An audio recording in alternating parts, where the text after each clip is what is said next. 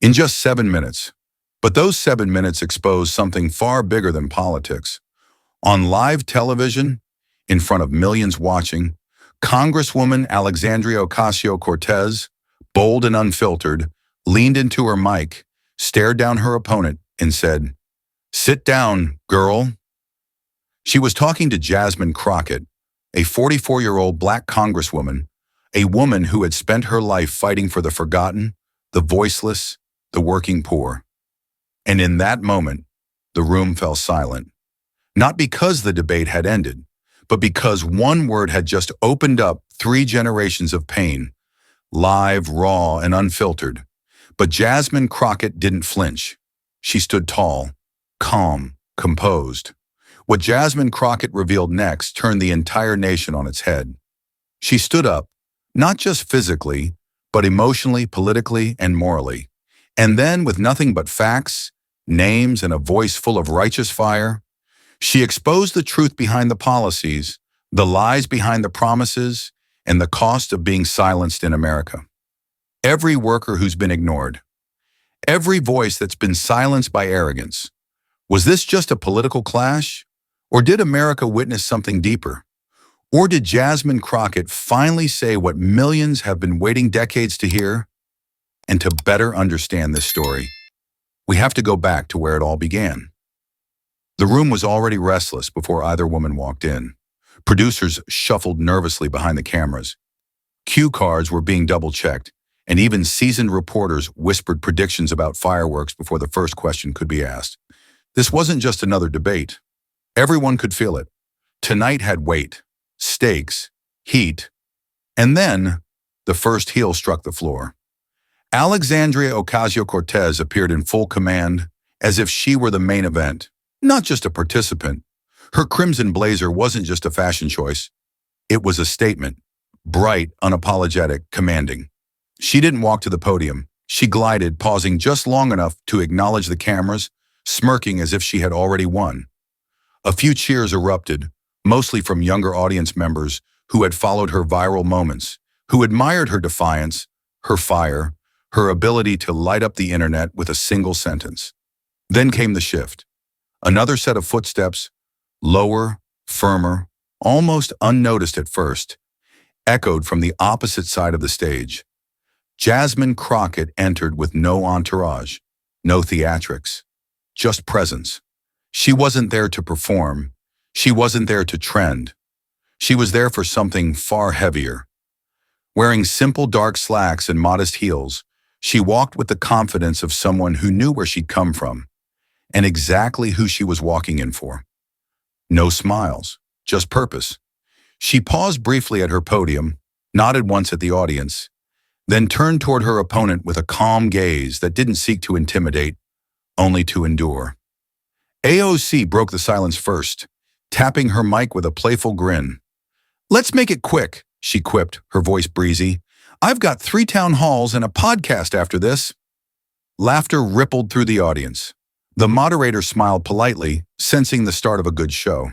But Jasmine didn't laugh. She didn't even blink. And for a second, the room noticed that too. "Congresswoman Crockett," the moderator said, turning slightly toward her. "Your opening thoughts?" Jasmine leaned forward just slightly, hands folded on the podium. Her voice was low, steady, the kind that made people lean in without realizing it. "They say I'm not flashy enough," she said. "Good.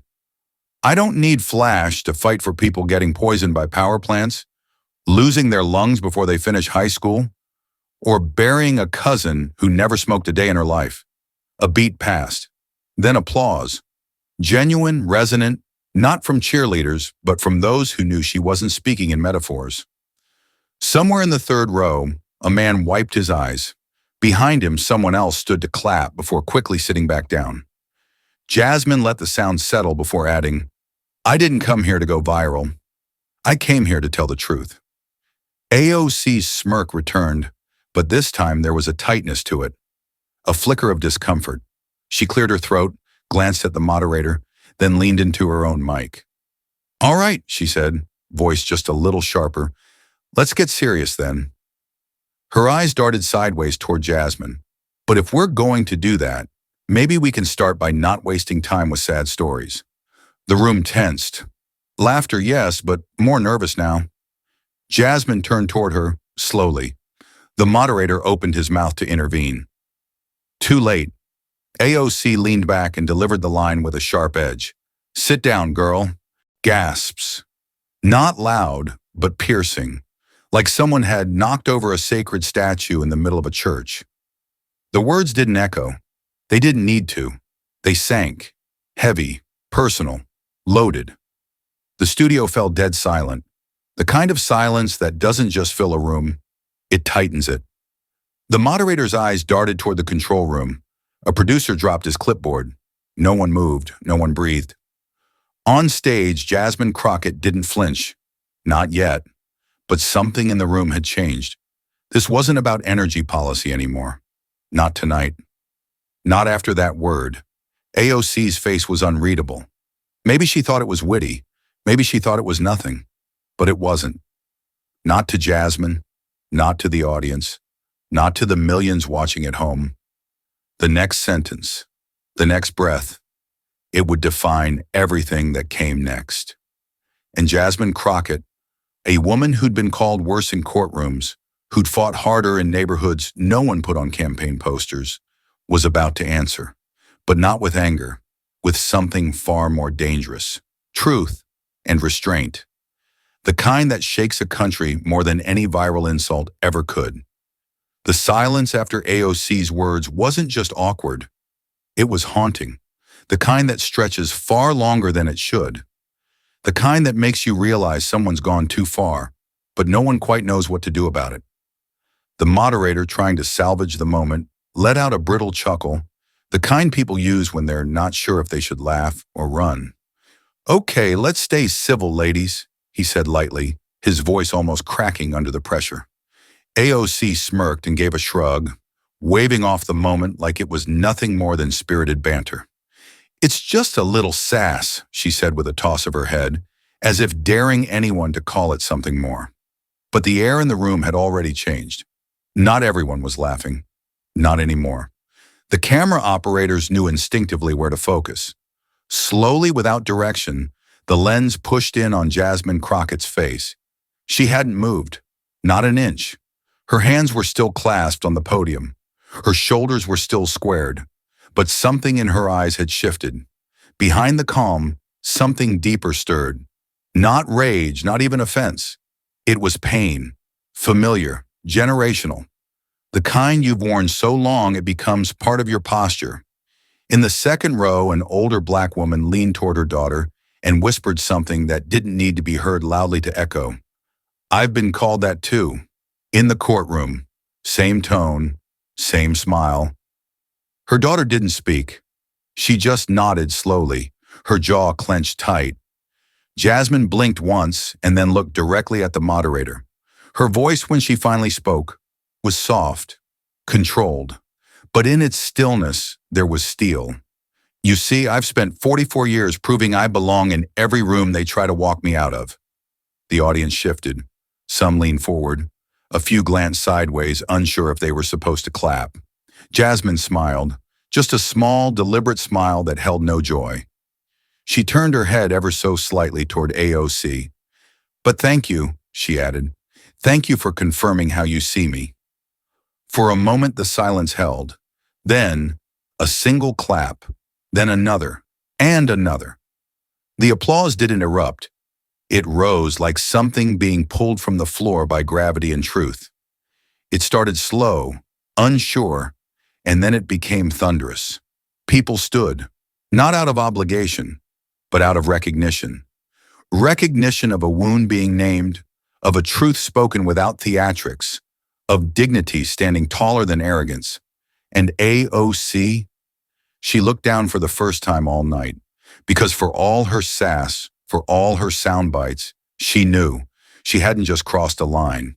She had drawn one, and Jasmine Crockett had just stepped over it. Not with vengeance, but with purpose. And America was watching. AOC wasn't used to being rattled, and it showed only slightly. A quicker blink, a firmer grip on the edge of her podium. She adjusted her posture, cleared her throat, and launched into what she did best: data, statistics, momentum. "Let's be real," she said with renewed fire. "We've created over 170,000 new clean energy jobs in the last 2 years alone. We've cut emissions while expanding economic opportunity. This isn't about poetry, it's about progress." She tapped a stack of neatly printed graphs beside her. "These numbers don't lie. I'm not here for fossil fuel tears." The audience chuckled, more relaxed now that she was back in her element, sharp, confident, riding the wave of applause. She let the room breathe with her. It felt like she had taken control back. But Jasmine Crockett didn't flinch. She waited until the laughter faded, then leaned slightly forward. No flash, no props. Just words. "You can build a blueprint," she said softly, her voice cutting through the air with unexpected weight. "But if you forgot the foundation, it's just paper." The line hit like a slow-moving train. The room didn't erupt. It shifted. Murmurs swelled like the first gust before a storm. Even AOC, quick with comebacks and usually immune to counterpunches, blinked twice. She didn't have a witty retort in that moment, because she recognized the deeper message.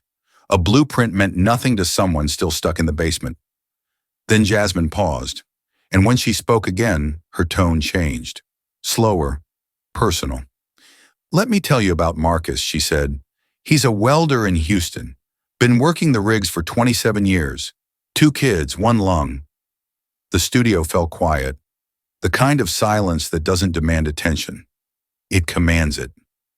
"Marcus didn't ask for a coding boot camp," she continued. "He asked to breathe." A few gasps. One woman in the front row clasped her hands over her mouth. Jasmine didn't raise her voice. She didn't need to. Her words did all the climbing. "He wakes up coughing, goes to bed coughing. But he shows up every day because his kids still eat off the fumes of that industry." And for the first time that night, AOC's eyes dropped to the table. No retort, no data, just stillness. Because in that moment, the numbers couldn't compete with the name. The blueprint couldn't erase the basement. And the room, now more somber than before, was starting to realize Jasmine Crockett wasn't just here to debate policy. She was here to remind everyone what that policy costs when it forgets the people beneath it. AOC, regaining some footing, leaned confidently into her mic, voice crisp and energized. "We've created 170,000 clean energy jobs," she declared, flashing a polished smile as she gestured toward her data binder again. "That's not a theory. That's real progress. That's policy working." The audience responded with light applause, relieved to return to the safe rhythm of talking points and professional showmanship. Cameras panned across smiling faces. Hashtags like #GreenFuture and #AOC delivers were already lighting up social media feeds. It felt like a rally again, until Jasmine Crockett tilted her head just slightly and asked one question. A question that wasn't just sharp, but surgical. "How many of those jobs," she asked slowly, "were in East Texas?" Suddenly, the studio lights didn't feel as warm. The room didn't echo with laughter this time. AOC hesitated. Her mouth opened, but no answer came. The moderator shifted in his seat, as if silently willing someone to change the subject. Jasmine didn't let up. Her voice stayed calm, but her words were loaded. "Because I've looked through the lists, and while we've got wind farms in places that already had options, we've got families in Port Arthur and Beaumont breathing in poison, and still, no job offers. So I ask again, how many in East Texas?" Her eyes locked on AOC's, unflinching. The silence grew heavy. Then Jasmine delivered the blow with the softest tone of the night. "You've got hashtags," she said, her voice trembling slightly. "I've got funerals." The gasp that followed wasn't just from the audience. It was from the nation. For the first time, the slick slogans of clean energy collided with the human cost of being left behind. Some viewers watching from home clutched their hearts. In the third row, a young man lowered his sign that read "Green Now."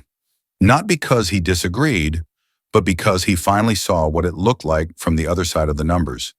And then Jasmine did something unexpected. She reached into the folder beneath her podium and slowly unfolded a single crayon drawing. "This came in the mail last month," she said, holding it up for the cameras, "from a 7-year-old in my district." The drawing was simple, a row of smokestacks, thick black lines curling into a gray sun. No flowers, no birds, just one line written in shaky pencil beneath it. "This is my sky. Can you fix it?" No one laughed. No one spoke. The moderator didn't move. Even the cameras seemed to hold their breath. The room just moments ago, alive with policy applause and clever quips, had gone completely still. Jasmine didn't blink. She gently folded the drawing and set it back in her folder like a sacred artifact. That single piece of paper, drawn in crayon, carried more weight than any binder of statistics on stage. Because in that moment, no one could deny it. Numbers may win debates, but it's truth that breaks hearts.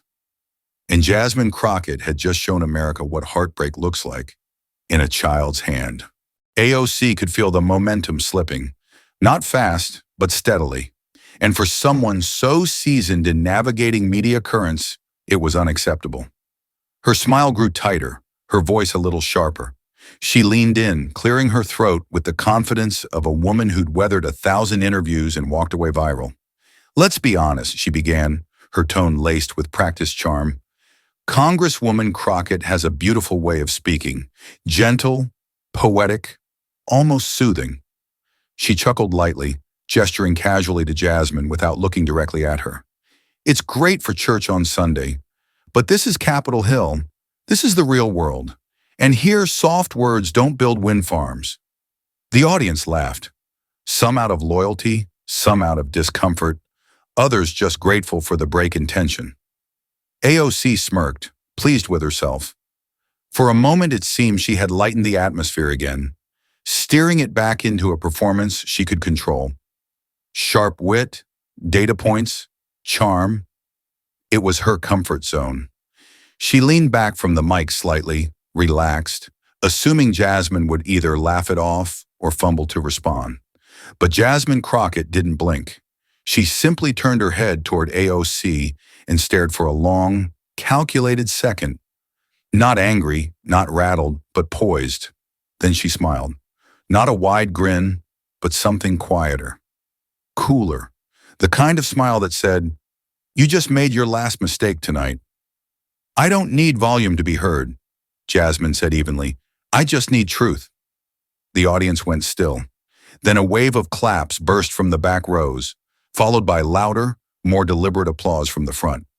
People who had been quiet up until now stood up, their eyes wide, their expressions sharpened by what they knew they had just heard. A line that would live past the debate stage. The moderator sat back, blinking in surprise. Even some of AOC's supporters looked momentarily stunned, the laughter from a minute ago dissolving into something else. Admiration, maybe, or guilt. Jasmine waited for the room to quiet, then slowly opened the slim black folder resting beside her water glass.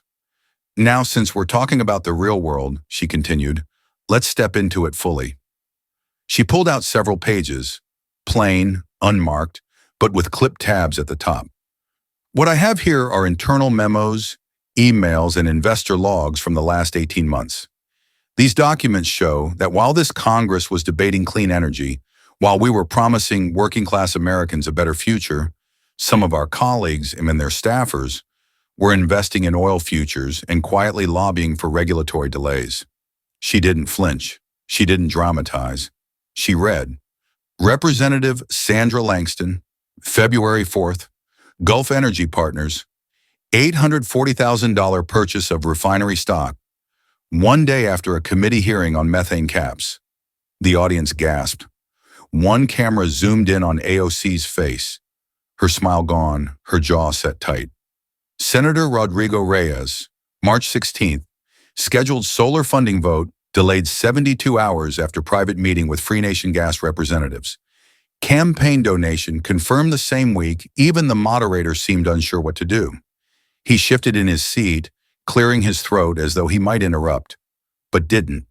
The control room feed flashed as producers leaned forward, whispering in each other's ears, trying to decide whether to cut to commercial, break protocol, or let this play out. Jasmine continued, unfazed. Congresswoman Eileen Bishop voted against Clean Water Restoration Bill. 2 days later, her husband's company acquired drilling rights along the Sabine River. She paused. That river runs through my district. No one clapped. No one dared. The air was dense now, not with emotion, but with consequence. Jasmine looked directly into the lens of camera 2. These aren't accusations, she said. These are facts. These are public records. You can verify every one of them. She held up the folder. And I've already sent this entire packet to the House Ethics Committee and to 5 journalists. A gasp rippled through the studio like a thunderclap. Somewhere in the back, a man muttered, "Oh my God." AOC turned slightly away, her face tight, eyes down. It wasn't her name on those documents, but the damage was done. Jasmine had pierced the wall that separates political theater from uncomfortable truth. She hadn't shouted, she hadn't postured. She had pulled back the curtain and shown the rot behind the rhetoric. The moderator opened his mouth, trying to regain some semblance of control. Congresswoman Crockett, just to clarify, are you accusing these representatives of—" "I'm not accusing anyone," Jasmine said calmly. "I'm exposing patterns and asking the same questions my constituents ask me every week. If we're really building a better future, why do so many of our leaders keep investing in the past?" No one laughed. Not anymore. AOC remained silent. She didn't dare try another joke. And for the first time since she entered the debate, she looked like someone who realized the mic and the moment was no longer hers. Jasmine Crockett hadn't just taken it back. She turned it into a weapon and aimed it where few dared to look, directly at the heart of the system. The debate was over, but no one moved. The moderator's closing remarks had faded into silence, and the usual post-show scramble never came. No one rushed the stage. No staffer waved a clipboard. No interns collected props. The studio lights dimmed, but not completely, casting a strange twilight glow over the chairs, the podiums, the people. Viewers in the audience sat still, some blinking slowly, others staring ahead in silence. A few looked to each other, as if searching for the right thing to say, but finding only awe. There was no cheering, no shallow handshakes or posturing smiles. Something had shifted. What had begun as a policy debate had become something else entirely. A confrontation with truth, with history, with the cost of pretending politics was just performance. The nation had tuned in for a battle of ideas. What it witnessed instead was a reckoning. Backstage, the air felt heavier than usual, thick with that strange emotional fog that lingers after a funeral or a life-altering confession. Technicians whispered instead of shouting. Producers hovered around control monitors, replaying footage in silence, their faces pale with realization. They hadn't just filmed a debate, they had captured a moment that would ripple far beyond the walls of the studio. In a quiet hallway near the green room, Alexandria Ocasio-Cortez stood leaning against a wall, her signature red blazer now slightly wrinkled, her makeup no longer camera-ready, but streaked with exhaustion. She wasn't surrounded by her usual team.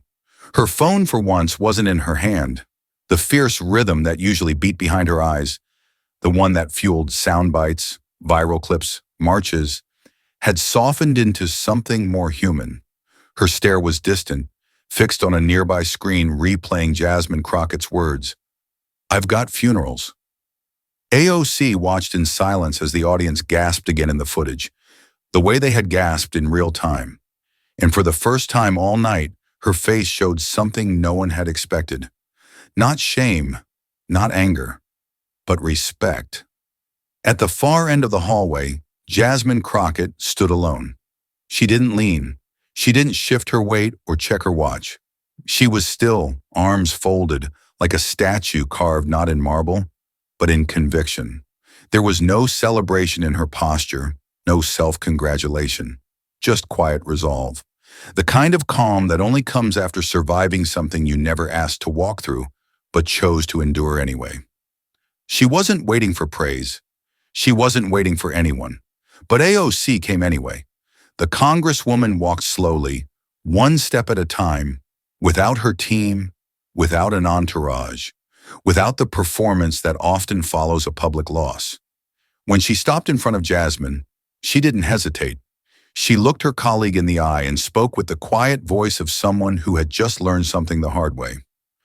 "We disagree," she said, "but I respect the fight." Jasmine didn't smile. Not at first. She studied AOC's face for a long, unbroken second. The kind of look a woman gives when she's weighing truth against theater.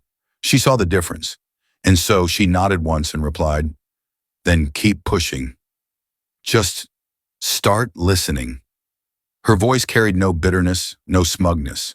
It was an offering, not of forgiveness, but of understanding. They shook hands. Firmly. No cameras flashed, no press staff recorded it. But the weight of it landed harder than any soundbite. A moment of two women molded by different worlds, standing in the same one, together if only briefly. From the end of the hall, a faint clap echoed. Just one from a producer who had seen it all from behind the lens and still found himself moved. A second clap followed, then a third. Soon it wasn't applause for a show. It was something else. A quiet honoring.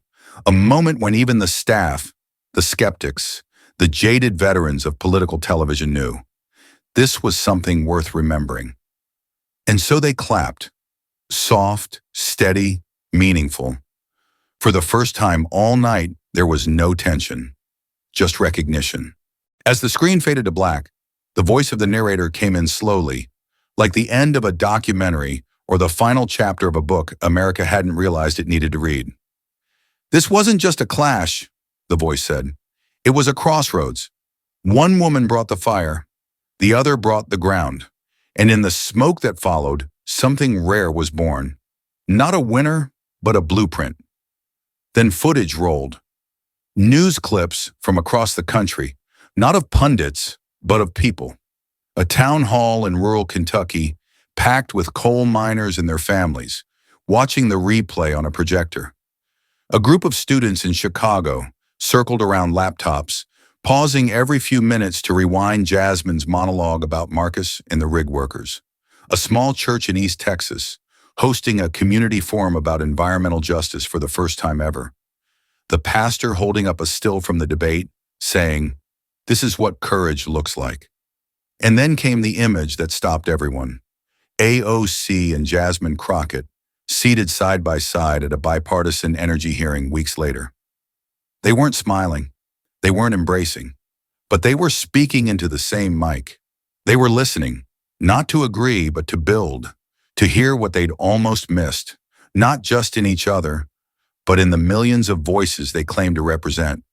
Because what happened on that stage wasn't just television. It was a reckoning. And for once, America didn't change the channel. It leaned in. It listened. It remembered. The storm had passed, but its echoes lingered. The viral clips had slowed to a trickle. The hashtags began to disappear from trending lists. And the media, hungry for the next outrage, had already turned its lens to something else.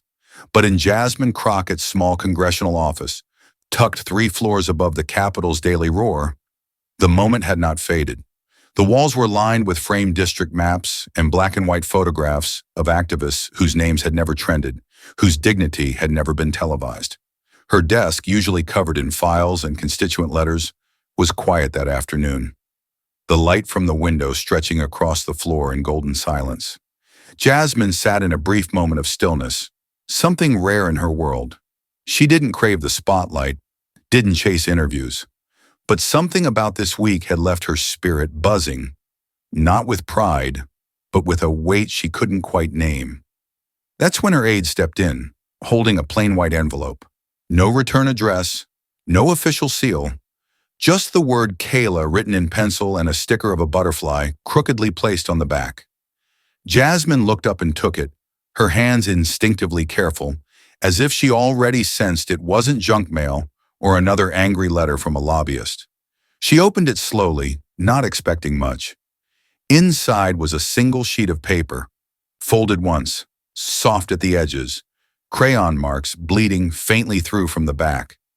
It was a drawing, not fancy, not professional, just the purest thing she'd seen in weeks. The sky was bright yellow. The trees were green, even though the trunks were purple. There were children holding hands under a giant sun, and in the middle stood a tall woman in a dark blue suit. Jasmine recognized herself immediately, or at least the child's idea of her. Big curly hair, long legs, arms outstretched like a bridge. In one hand, she held the hand of a little girl. In the other, she was raising a paper that said justice. At the bottom, in uneven handwriting that pressed hard into the paper, the caption read, "She stood for my mom." Jasmine sat still, her hand covering her mouth, her eyes locked on the paper. She didn't cry right away. It wasn't that kind of tear. It was a slow welling of something ancient and soft, the kind that rises not out of sadness, but out of the realization that someone had seen you, truly seen you. The noise of the week, the harsh words, the viral moments, even AOC's jab, they faded, because in this one drawing, everything was clearer. This was why she stood on that stage. Not for airtime, not for applause, but for mothers who couldn't afford lawyers, for welders named Marcus, and now for Kayla. A little girl who watched and understood more than any pundit ever would. Jasmine gently placed the drawing beside the old one, the one with gray skies and smokestacks, and looked at them side by side. Two visions of the same country, one broken, one healing. Outside her window, the wind stirred the American flag. Inside, Jasmine leaned back in her chair, hands resting in her lap, the edges of Kayla's paper still fluttering softly against the wood. She didn't need a press release. She didn't need a quote for the papers. She had this, a child's truth, drawn in crayon. And it meant more than all the polls in the world. As the screen fades to black, a voice, calm, reflective, not asking for attention, but offering it, begins to speak. In a world that cheers the loudest voice, will we remember the calm one that changed everything? No dramatic music, no swelling strings, just quiet, the faint sound of wind through leaves, and somewhere faintly, the scratch of a crayon moving across paper. Not a shout, not a slogan, just dignity, drawing a new future. The characters portrayed in this story, including Jasmine Crockett and Alexandria Ocasio-Cortez, AOC, are fictionalized representations created solely for the purpose of storytelling, commentary, and dramatic illustration. This content is not intended to reflect or represent real individuals, their actions, or their beliefs. Any resemblance to actual persons, living or dead, is purely coincidental. This story is a work of creative expression and is protected under fair use for purposes of education, commentary, and transformative narrative. If this story moved you, challenged your perspective, or gave you something to think about, please subscribe to my channel so I can continue bringing you more powerful, emotional, and thought-provoking stories like this one. Your support means everything. Let's keep telling the stories that matter.